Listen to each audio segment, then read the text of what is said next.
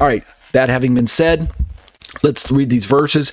This is straight out of the book of Matthew again. Immediately after the tribulation of those days, so we're talking about the midpoint of the week, and after the tribulation has already been going for at least a year or maybe a year and a half or two, right? It shouldn't go very long, because if it went too long, then according to what Yeshua said earlier, no flesh would survive.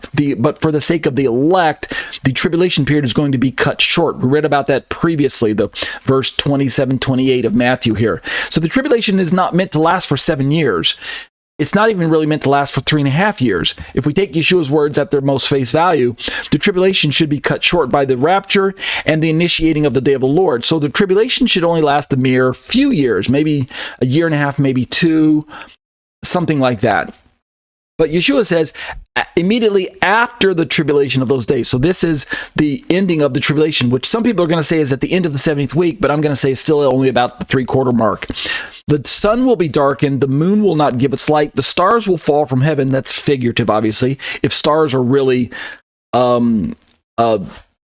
objects the size of our own sun, well, they can't possibly fall from heaven and hit the earth. But we might have meteorite activity, or we might have shooting stars, we might have comets, but they might be the physical stars, except actually moving out of place, just not hitting the earth. But it says the heavens will be shaken, the powers of the heavens will be shaken. And then Yeshua says, then the sign of the Son of Man will appear in heaven. And we're going to find that what I hold to is that the sign of the Son of Man is actually the supernatural brilliance that comes right on the heels of the sign of the end of the age, which was the supernatural lights out, the darkening of all the cosmic heavenly bodies, the sun, the moon, the stars, etc., going dark, which throws the entire world into darkness, which then is cut, which is broken by the supernatural brilliance of Yeshua showing up in heaven. David Goods is going to say he's not quite sure what the sign is, but and I could be wrong myself too, but I'm holding to the idea that it's the supernatural brilliance, given the analogy that Yeshua gave. So all the tribes of the earth will mourn. One version of this verse says all the tribes of the land, instead of the word earth there, can be translated as land, i.e. the land of Israel. And that makes sense when we say tribes, we're talking about tribes of Israel, but this could mean tribes of the earth, because I think this is an international event when Yeshua returns. Every eye will see. And it says, they will see the Son of Man coming on the clouds of heaven with power and great glory. And just that, he comes in the clouds, but his feet don't touch the earth just yet, because I believe this is the rapture. He will send his angels with a great sound of a trumpet, and they will gather together his elect from the four winds, from one end of the heaven to the other. That gathering of his elect is the rapture event. And notice the language taken at full face value is that we are gathered up to meet Yeshua in the air, in the clouds, and then we go and we be with, and we're to be with him.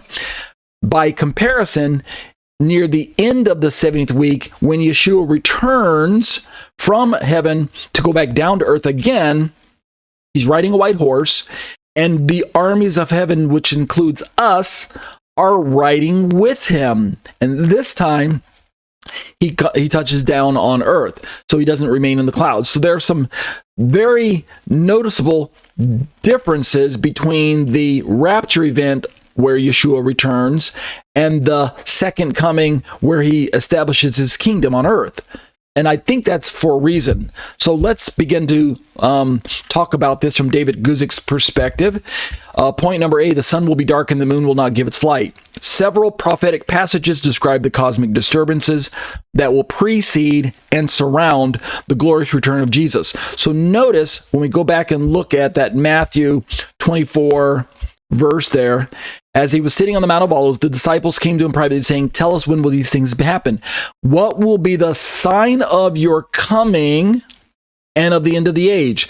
If you take the first coming there, the parousia in the Greek, if you take that to mean the rapture, well, that's the sequence. Chronologically, the rapture, the sign of his coming his return to snatch the saints away comes first, and then the end of the age takes place with the pouring out of God's wrath the Battle of Armageddon ultimately is the end of the age. The end of the 70th week is really the end of the age. So chronologically, Yeshua comes first, and then the end of the age happens. Even if we take the second sign of, even if we take the coming here that we're seeing in this passage to refer to as the second part where he establishes his kingdom, nevertheless, the earth isn't, Antichrist isn't destroyed, and the age doesn't come to an end until Yeshua returns first.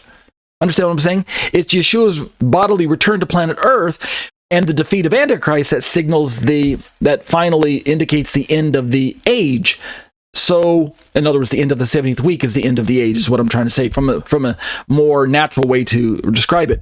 So either way, Yeshua returns first, whether it's at the rapture event or it's at this what we call the second coming. Either way, that precedes what we would call the end of the age. But then Yeshua gives us all these details, and then in verse 29, he says, "But immediately after the tribulation, the sun will be dark, and the moon will not give its light, and the stars will fall from the sky, and the powers of heaven will be shaken." I believe that is the sign of the end of the age, verse 29. And then verse 30 is the sign of the second coming. So the signs seem to be oddly out of order, or at least the way Yeshua is describing them, they are. But the chronology is that Yeshua returns first, and then the end of the age happens. So that's what I'm trying to get at. When we get to Robert Van Kampen's book, we'll see this more in detail. So several prophetic passages describe these cosmic disturbances that are that coincide with what we call the end of the age, or the sign of Yeshua's return, the day of the Lord commencing, things like that. Part B, David Guzik says, the sign of the Son of Man will appear in heaven.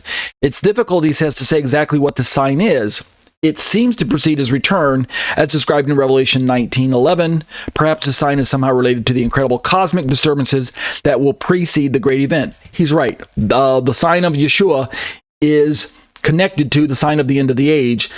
In other words, with the darkening of the cosmic powers in heaven, the sun turning black as sackcloth, like Joel describes it, the moon turning to blood, what we've described as blood moons, in previous teachings that you can find on the internet all over the place, and then the stars not giving their light or falling from sky, or et cetera, et cetera. So the cosmic powers in the heavens, both day and night, will be darkened supernaturally, and then with the supernatural brilliance of Yeshua lighting up the sky like lightning flashes across the sky, every eye will see his return. It will not be a hidden event. That's the point that we're trying to make. And I believe that those are the two signs. Again, I could be wrong. Could be one sign, and it's just a sign with the cosmic disturbances. We'll look at different charts as we keep going and see how this fleshes itself out. Subpoint I in David Guzik's notes here, in his outline. Some, in light of the Roman Emperor Constantine's vision, thought the sign of the Son of Man would be a cross in the sky. More probably, it is simply a way to describe the physical, visible return of Jesus to the earth from heaven. And then Roman numeral point number 2, lowercase ii. Others point out that semeion, which is the Greek version of the word sign, is the LXX translation for the standard or banner, referred to in the Old Testament as a signal for the gathering of God's people. That's according to France. So when he says the sign will appear, we could translate it as the signal will appear. The signal for what? The signal for certain events to take place. Subpoint number 3, Barclay on semeion. It is the regular word for the arrival of a governor into his province, or for the coming of a king to his subjects. It regularly describes a coming in authority and in power. Makes sense, because Yeshua is the one who has ultimate authority and power, and he is the one who is announcing his arrival. Let's keep going. Point number 3 for David Guzik.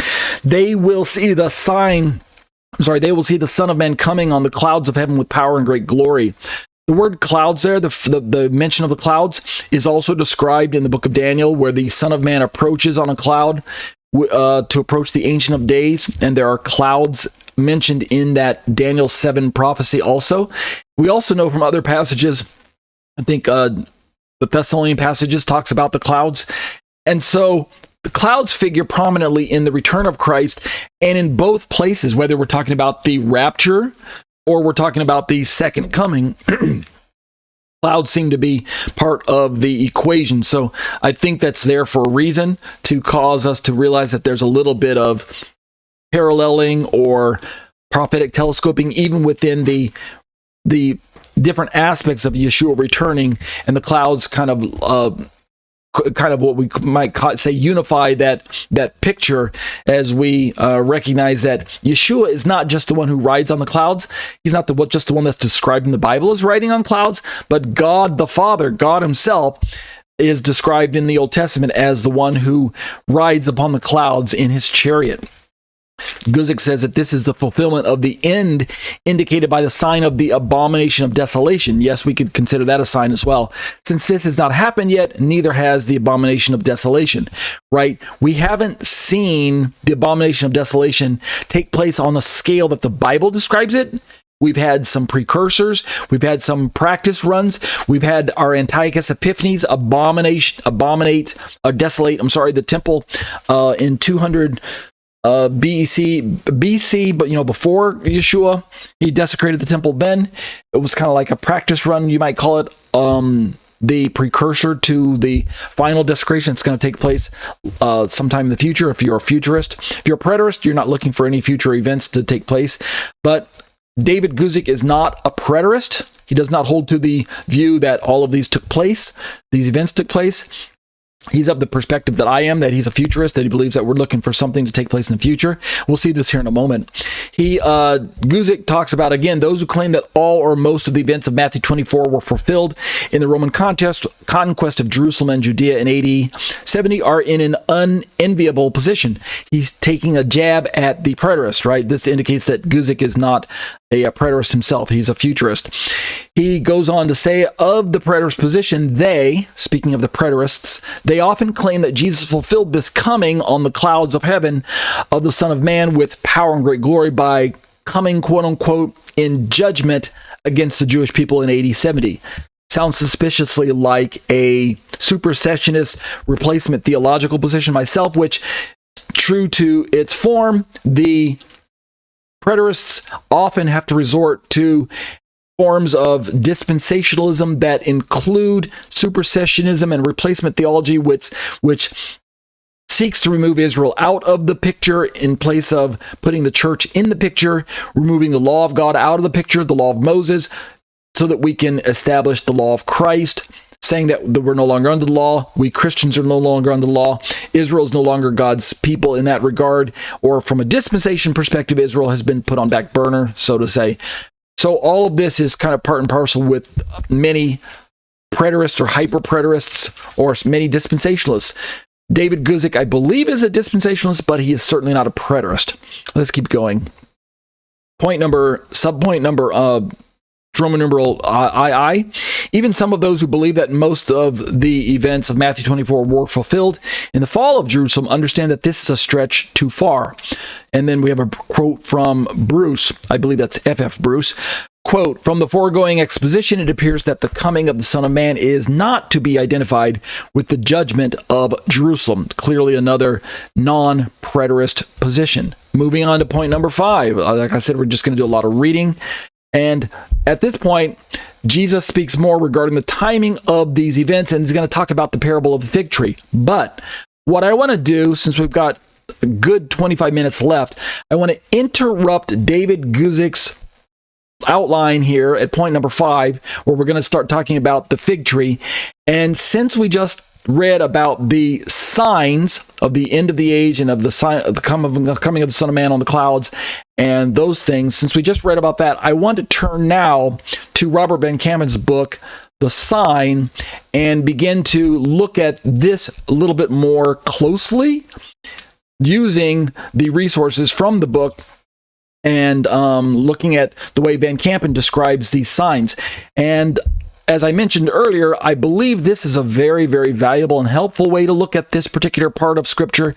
You don't have to fully agree with it the way Van Kampen describes it, but I do want you to be aware of it so that you can have it as a part of your study resources so that you can go back and research on your own and see if this is worth getting on board with. I've already come to the conclusion that this is a very, very tenable position, and so far it's the one that I'm going to hold to until I'm shown otherwise. So, that being said, let's turn to Robert Van Kampen's book, The Sign.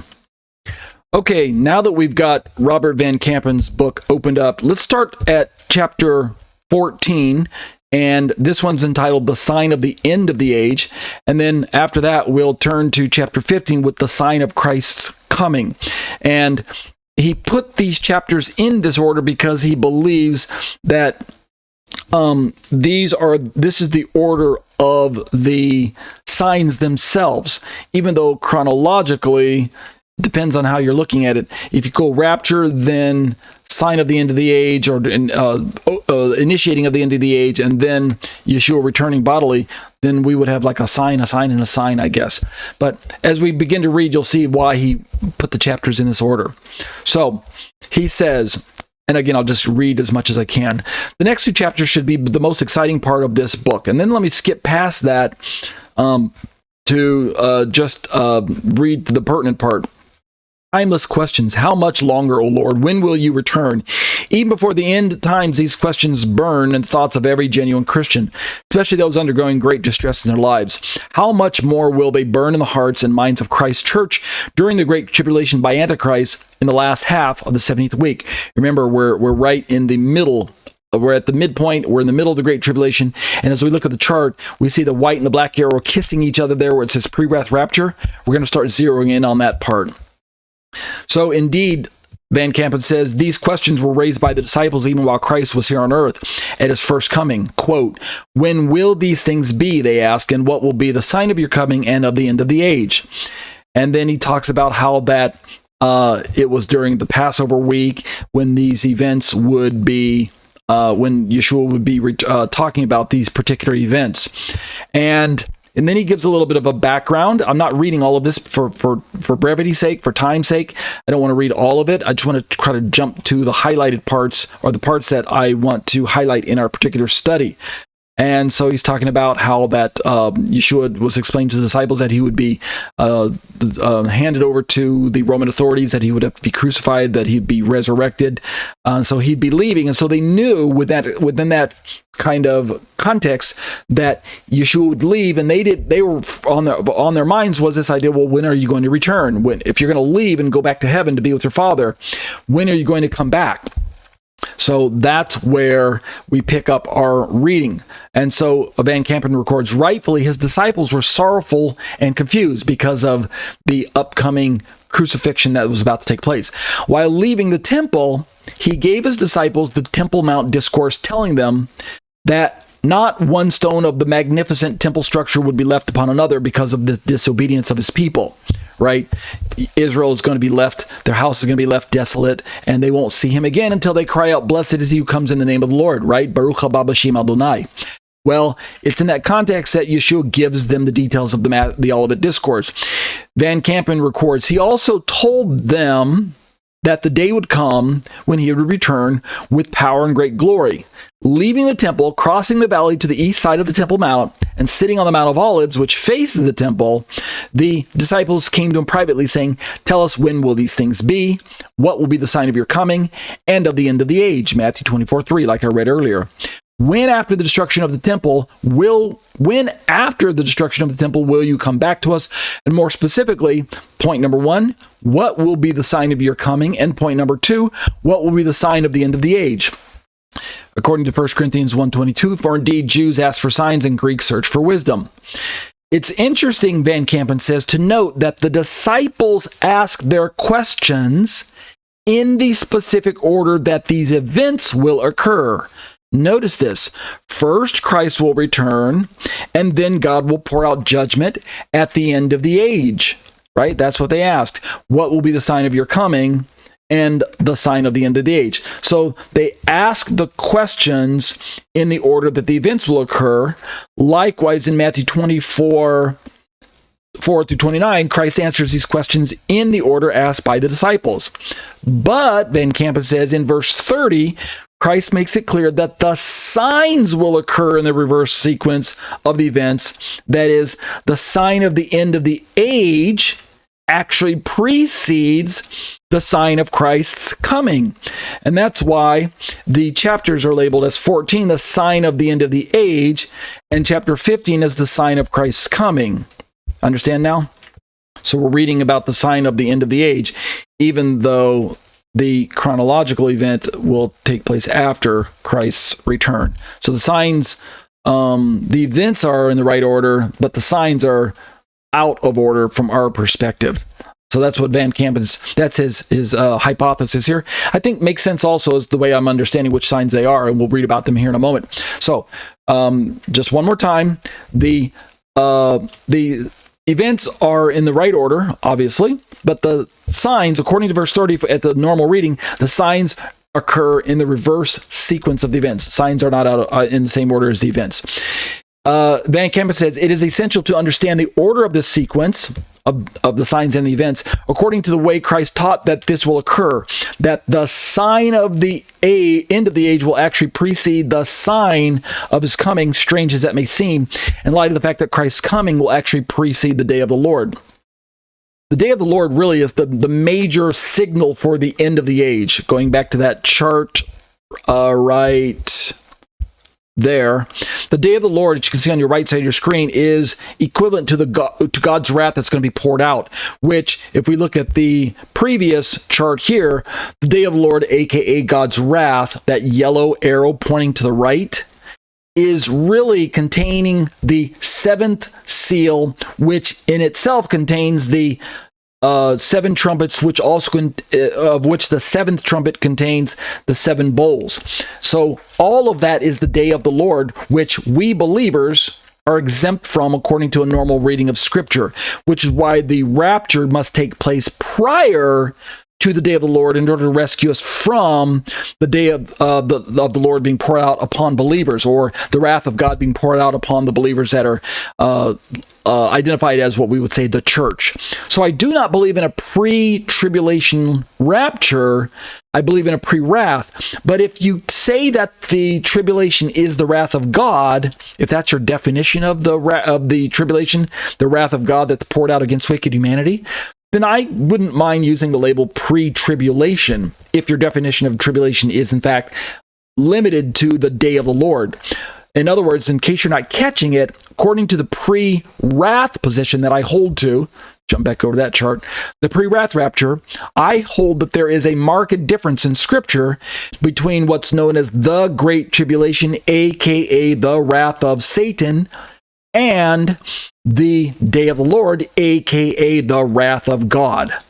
Are you catching that? So that's the difference. We Christians are not going to go through the wrath of God being poured out, aka the day of the Lord, but there's every indication that we will go through the Great Tribulation, aka the wrath of Satan.